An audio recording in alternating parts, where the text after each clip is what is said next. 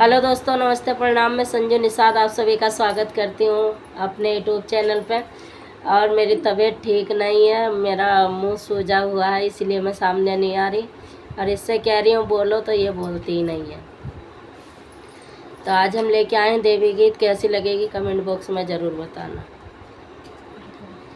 सीता मांगई वरदान, देवी मंदिरवा भीतर। सीता मांगई वरदान, देवी मंदिरवा भीतर। सीता जो मांगई सात पाँच बालक, सीता जो सात पाँच बालक, कन्या मांगथिया केला, देवी मंदिरवा भीतर।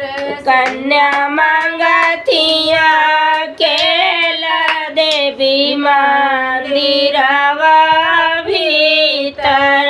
सीता मांगथिया, सीता मांगई वरदान,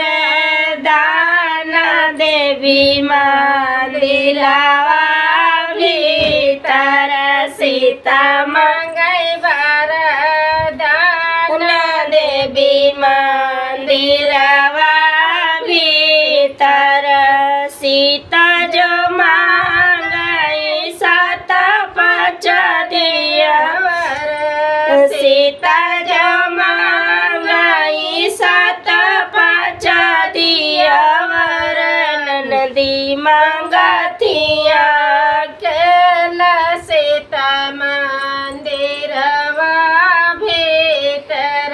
नंदी मांगथिया केला, देवी मंदिरवा भीतर।